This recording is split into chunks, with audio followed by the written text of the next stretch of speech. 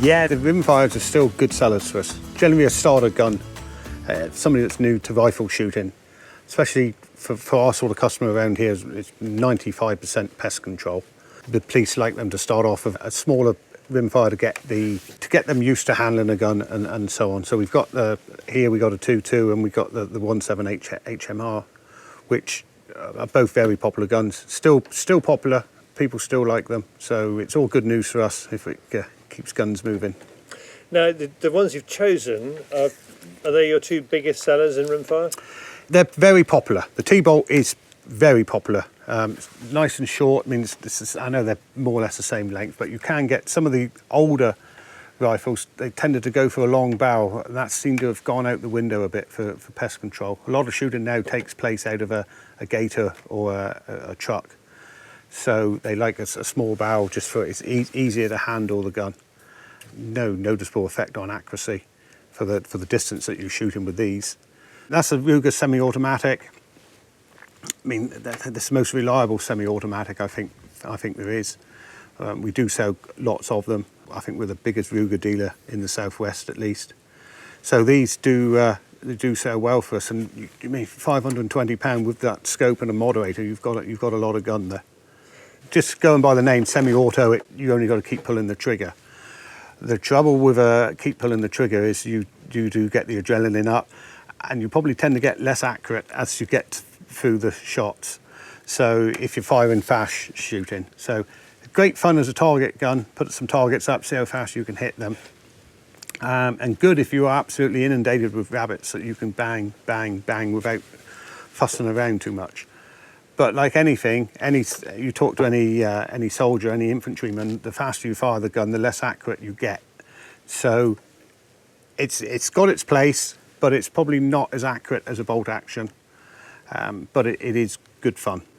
On subsonic ammunition, some of them will jam, and there's no particular ammunition that is particular to any gun or to Ruger. Some people will come in with a Ruger and the bullets they got absolutely perfect. We'll then recommend those bullets to somebody else and the gun will jam. But as long as you keep the gun clean and it's relatively new, if you've got a 25-year-old gun, it'll probably jam a little bit more often. But we get very few issues now.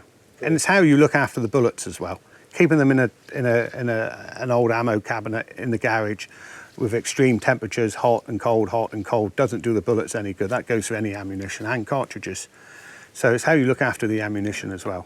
The T-bolt, is that a straight pull as well? It's a straight pull, yeah. It's it's there and back. There's no up and down, so it's less fussing around with it as such. It's been around in various forms for quite a number of years now, a very long time. But it's been remodelled and redone and just made a little bit more. And it's in synthetic now, or plastic. So it's a very practical gun. It's lovely. You can wipe these down if you get a little bit muddy. Lightweight. It's really a good top seller for us, and people like to handle it. It's a little bit small for some people. We've got some people with massive hands and so on. They'll find it as a bit like a toy, but for most people, they absolutely love it. And it's like I say, it's really popular. Between the two of them, I mean, who's going to buy the Browning? Who's going to buy the Ruger? It's whatever takes a person's eye, really. Somebody who thinks they've got a lot of rabbits and need to control them probably would go for that. Or if somebody just is not going to shoot anything living, any quarry, only target shooting, they would generally go with that. Yeah, the 1022 is a general purpose all-round one. Very simple, easy, and good fun to use. And 2.2 ammunition is relatively cheap, so you can fire it. But the 1.7, the T-bolts, is that a tiny bit more specialist? Yeah, the 1.7 round generally, obviously you can shoot out further, it's flatter trajectory, so you can knock stuff down that little bit further, double what the 2.2 is, and completely straight, and it's very easy to shoot. The bullets are more expensive, quite a bit more expensive, but I say to people, you don't actually shoot as many because you don't miss as much, because it is completely straight as opposed to going up and down. So yeah, the 1.7, and it certainly knocks them down. The rabbits, there's no walking away from it for them. And people using them foxes as well. Yeah, I've dropped foxes, hit them in the wide of the chest, and they'll go down as if you're hitting them with a centre fire, and not quite as messy. You also sell, I mean, other tutus here. You've got Savages, you've got CZs. I mean, Yep. what are your top sellers?